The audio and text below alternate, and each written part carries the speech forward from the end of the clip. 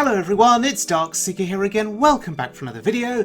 So we're back now for part 4 of Get to Know Darkseeker. You can find the other 3 parts of this series in a playlist on my YouTube channel. So what inspired me to make videos talking about myself? Well, it's because you've asked for it. I recall a couple of years ago there was a request for me to talk about me. I know that some of you are interested in knowing more about me. I am somewhat mysterious after all. In parts 1 to 3 I covered a range of topics. Growing up in the UK, my TV interests, Hearthstone and computer gaming, politics, food, music, books, my really strange accent, trains and tunnel RNG. Now if you're curious as to what tunnel RNG is, you'll need to go back and watch those earlier parts. This is part 4 of the series, so if you want to know more about me, keep watching and keep listening. Now the footage in this video is of me playing RenoJackson's Shudderwock Shaman through the Wild Mode ladder at the very start of the July season. And I was able to get to the Diamond ladder with this deck, which I thought was a fantastic achievement for me, because it shows you that Shudderwock Shaman can be pretty good. And I had nearly a 70% win rate with the deck traversing the ladder. And it certainly felt really satisfying beating certain meta decks like Secrets Mage and Reno Priest. I got lucky a few times. But what I really like about this deck is that it runs 2 copies of Lifedrinker, which I know has been phased out in recent times in favour of Armor Vendor, for example. But I have a soft spot for Lifedrinker. I just think it's so much fun watching a Shudderwock deck slowly deplete the life from an opponent one turn after another, as you keep replaying those Shudderwocks and you keep repeating those battle cries. Well, enough about Hearthstone, let's talk about me. This is part 4 of Get to Know Darkseeker. So let's start with music. Now I've talked about music before. My musical interests are varied. I like all kinds of genres, you know, rock, pop, classical, new age. But what about my favourite music tracks in 2020 and 2021 specifically? Over the last year and a half, I haven't listened to too much music. As the COVID pandemic accelerated in the UK, I found myself working from home. And I haven't been commuting for 3 hours a day, and I haven't been to the gym in a year and a half. Therefore, I've been doing less listening to music and less reading. I've had, as I say, the benefit of working from home, and as a result, I've just been spending my time differently. So, with my exposure to the musical scene being somewhat lacking, there isn't much to talk about. But my favourite track in 2020 is a song called Blinding Lights by a band called The Weeknd. It's something I discovered on Goku's stream. Now Goku is an awesome Wild Mode streamer. If you've not checked him out, do yourselves a favour, go check him out and follow him on Twitch. I remember hearing this track playing on his stream. I looked it up and it became my favourite track of 2020. Just like that. As for 2021, I can't say that I've listened to much that is new this year that's grabbed me. But listening to older tracks in the collection's been a lot of fun. So titles that come to mind include Monster by Imagine Dragons, there's Cult of Personality by Living Colour, and Human by Rag and Bone Man. What is great about these songs? Well, you can relate them to situations in your own life or to things that are happening around you. There's a lot of relevance in them, and they're just great to listen to. The rhythm, the beat, it's fantastic. So yeah, a wide variety of tunes that I enjoy. If you want to know more about my musical interests, I've covered this in broader depth in my second Get to Know Darkseeker video, so go back to that, and 4 minutes into that video you can hear me talk a little bit more about music and what I like. Okay, let's move on to our next topic, which is sport. Now, this is something that was noted by a good friend of mine, Copa, from the For Doomhammer Discord channel. He's asked me to talk a little bit about sport. So what sports do I enjoy playing? The answer is nothing, unless you count esports. I've never enjoyed physical education at school, or PE for those of you that are from the UK. I don't know what you call it if you've grown up with the schooling system in other countries, but here in the UK, physical education is where you do your exercise for the week at school or practice playing particular sports. I was never any good at playing sports, and I was terrible at football, rugby, tennis, you name it. I was bad at it. I just didn't have the reaction times, the fitness levels. I didn't have the skill. I was okay at badminton, since it's a slightly slower paced game. You can watch the shuttlecock glide through the air, compared to a tennis ball which is sort of coming towards you at 1,000,000 miles an hour. You almost want to dodge to get out of the way. But what sports do I enjoy watching? Football games last 90 minutes. That's a really long time. And I appreciate the skill needed to play at high level in football. I appreciate the dedication needed. I appreciate the practice that's needed. But I never got into playing football or watching football. Probably because I don't understand the rules. I mean, what does offside even mean in football? Can someone explain it to me in the comments section below this video, please? I've never got it.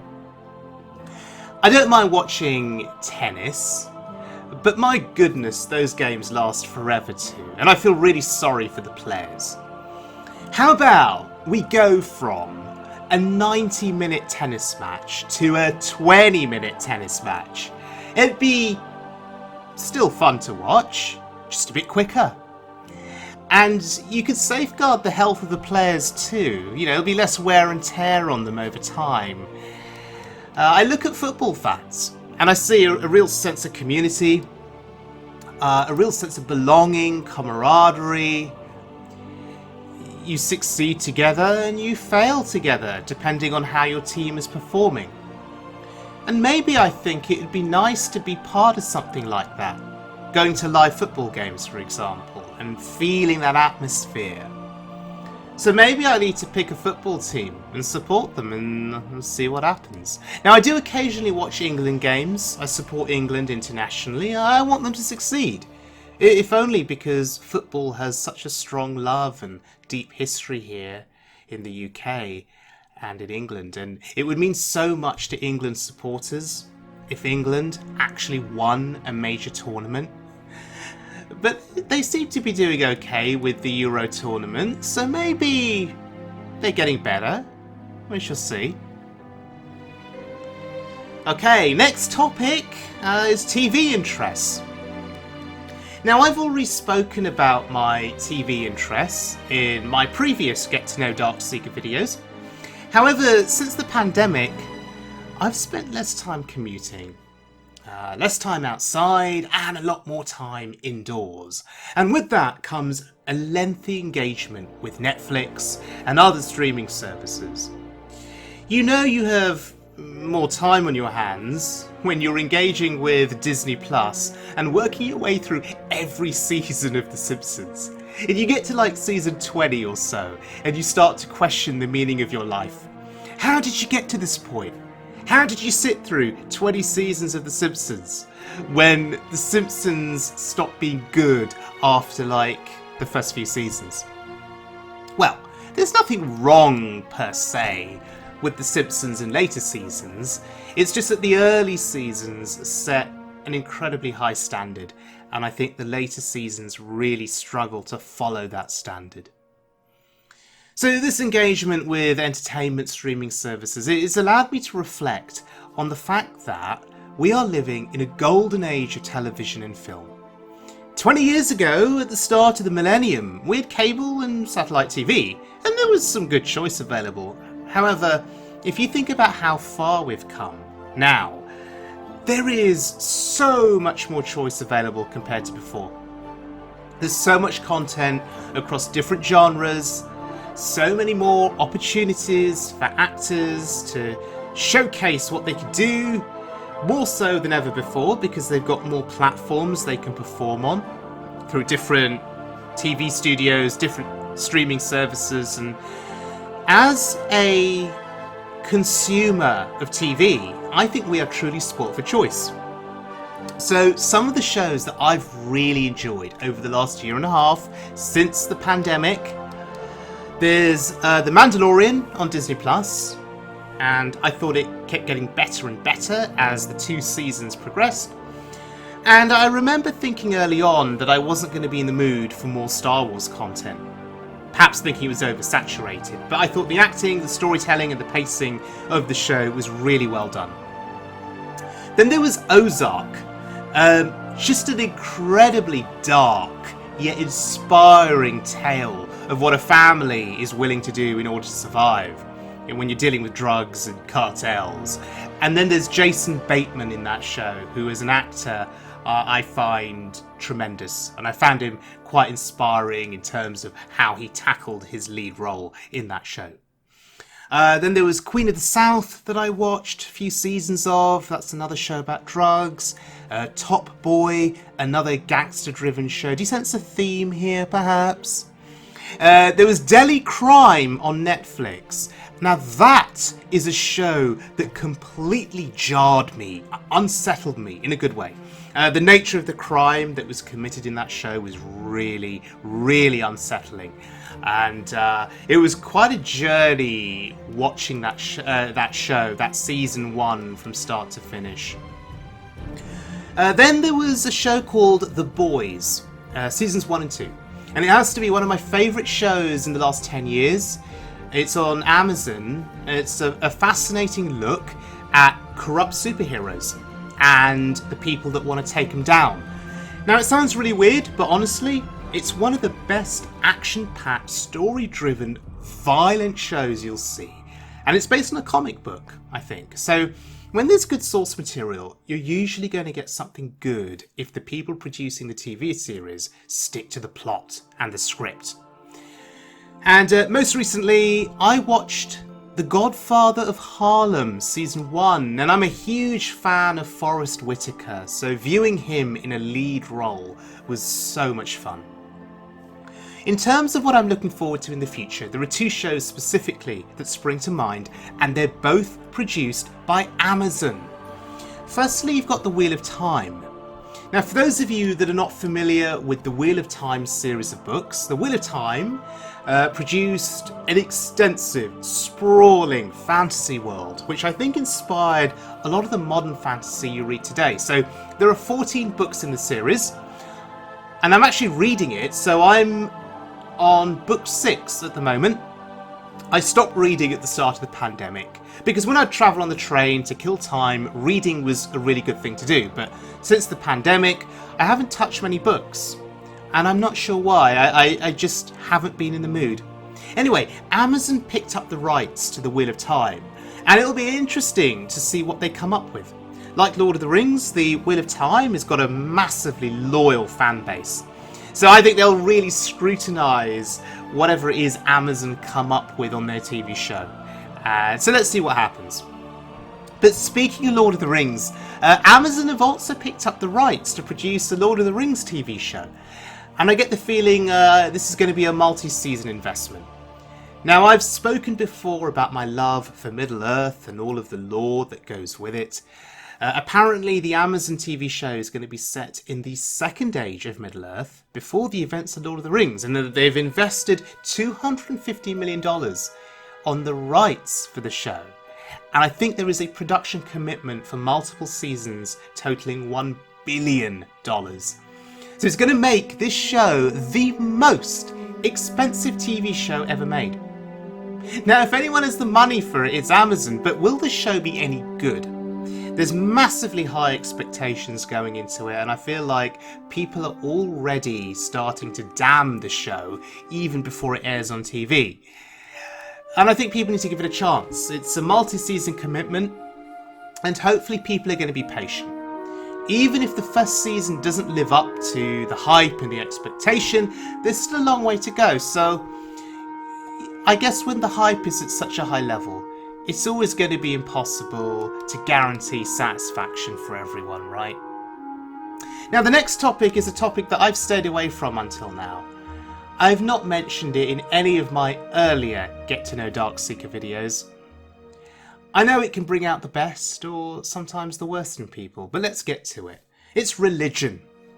Now, I grew up as a Hindu in a Hindu household, and I consider myself, though, to be more spiritual than religious.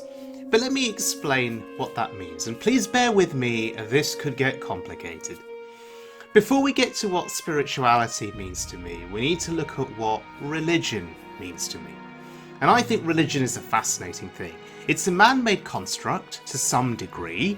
What I mean by that is that everything you see around you, the religious institutions, the gatherings of people who come to discuss and celebrate and practice religion, the passing down of religious teachings, it's all subject to human interpretation over centuries or thousands of years.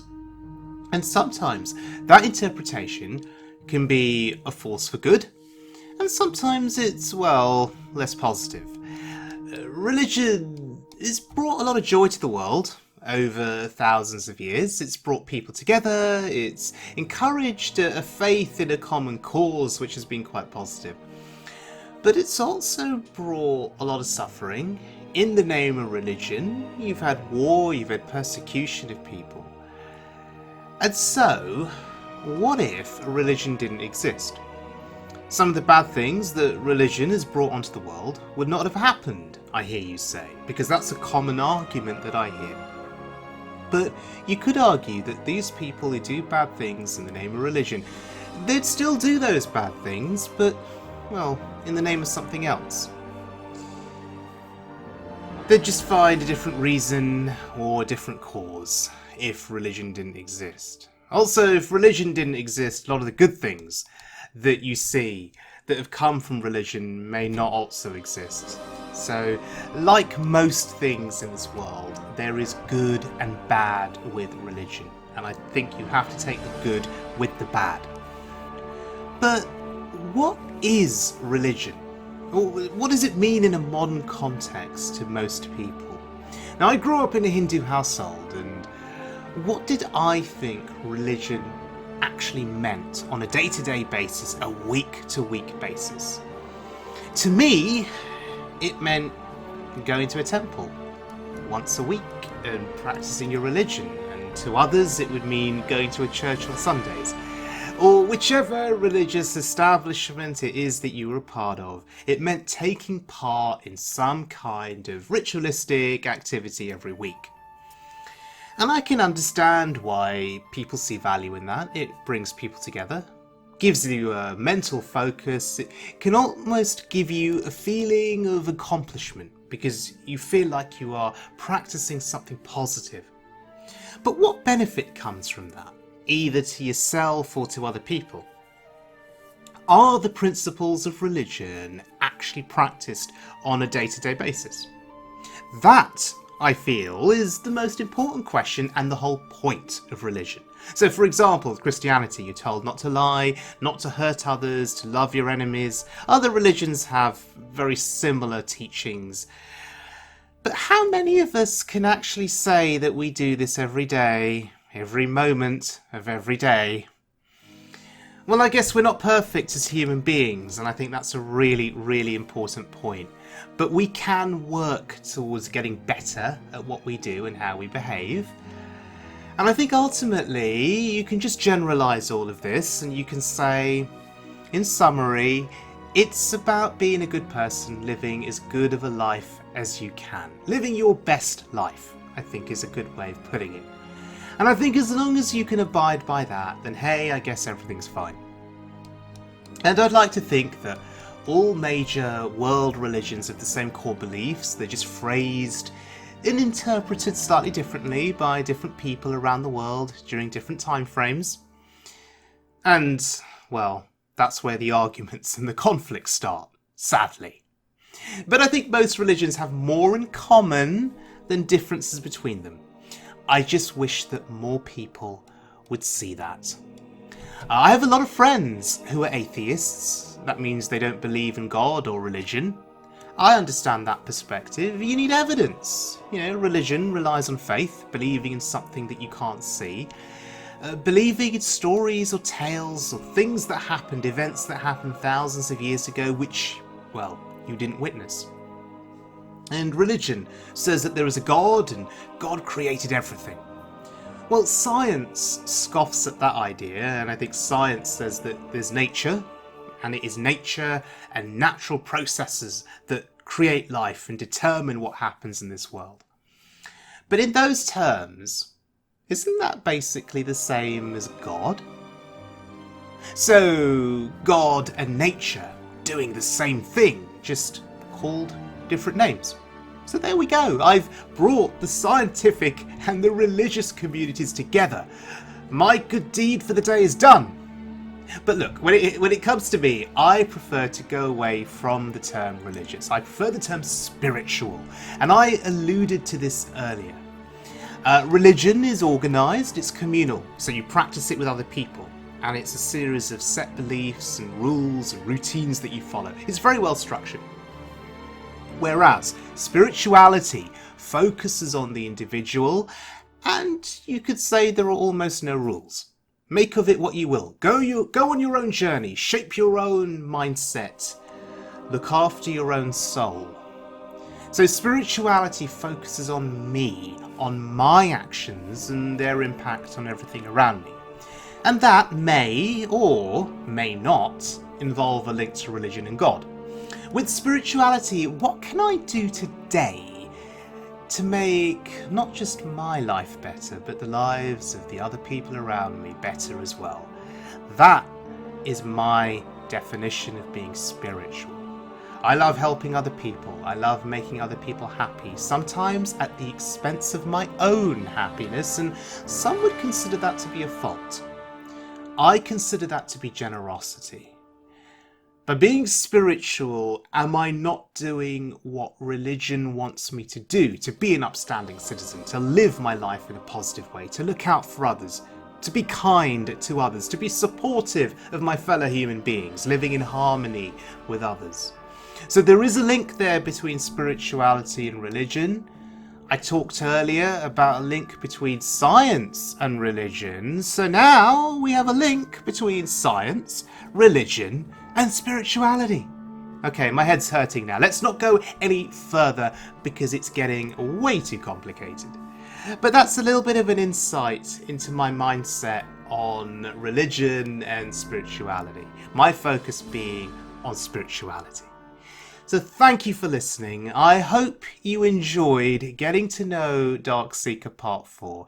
And I hope that last part on religion and spirituality wasn't too heavy for you. Now, as we bring this video to a close, getting lethal through the Lifedrinker battle cry against Big Priest, so satisfying. Now I was able to use this deck to traverse the ladder, getting to the diamond rank. And it's been an absolute pleasure playing this deck. Thank you to the deck author, RenoJackson. The double Lifedrinker inclusion in this deck is a lot of fun, and it's my favourite way to end games with Shudderwock now. There's one copy of Armour Vendor, so the damage through 2 Lifedrinkers you'd hope should be enough to overwrite any armour that your opponent gains through the Shudderwock battle cries. So maybe this is a deck that I'll keep playing. If anyone else has got any suggestions on Shudderwock decks with Lifedrinker, I'd be interested in hearing your thoughts. Thank you very much for joining me, everyone. I hope you enjoyed the video. Until next time, please stay safe. Please look after yourselves. And as always, please be good to one another.